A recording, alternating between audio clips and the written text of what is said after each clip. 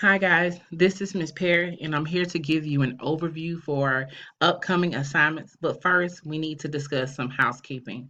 Please be sure to check your email and to check within Blackboard daily for any new announcements that may come about. Also, please be sure to either print out a copy of the course's calendar. Maybe you need to put dates within your phone or just post dates around wherever you are because this is a summer course and the due dates are coming very fast. And last but not least, please, if anything happens to where you cannot complete the assignments as they are scheduled, please be sure to communicate with me. Okay. I won't know unless you say something. So now let's look at some assignments that are upcoming. Okay, so on June 14th, there was an assignment for you to um, adjust or create an educational technology page within your live text portfolio. And I see that maybe half of the class has done this. So please make sure to pay attention to all of the things that are listed for that assignment so that I can give you guys credit based upon the rubric, which you have access to as well, to make sure that you're getting the highest amount of points possible. Okay. Okay, so for this upcoming week, you have readings that you need to complete. Chapter 3 within your interactive digital textbook. And also, after you finish reading, there is a test. It is considered open book, so please make sure to pay attention to your spelling because it may mark your answer wrong. All right. Now, and that test is due June 19th. Okay. Also, within this week, according to the calendar, will be due Friday, June 21st, is creating and designing a professional classroom website.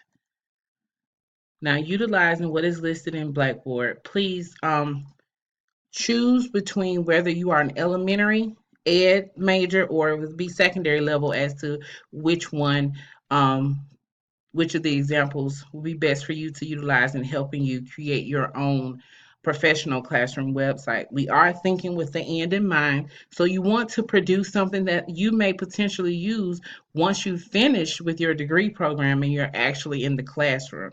So let's go over some of the requirements. Okay. It must be 10 pages. Okay. And they're listed in bullet form of the mandatory things that you will need. Now, as you're going through, please be sure to keep things user friendly, easy to navigate, um, things that, because sometimes, parents are the ones utilizing this, and sometimes their children, your students, will have to be the one to help them out. So you want to make sure that it's very user friendly for whichever one might be utilizing your classroom. You may use Weebly, Google, or Google Sites if you would like.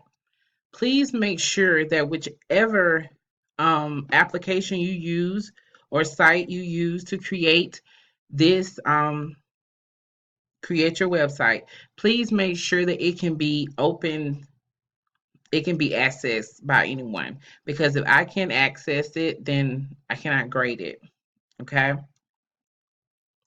So over the next couple of days, you may just want to think about some things that you've seen from when you were in high school or elementary school, things that you would want, your future students and parents to know, things that, generic lists for your class rules or your supply list, or you can be however extensive you would like, because this will be a quick glimpse into you, into how your classroom may be ran.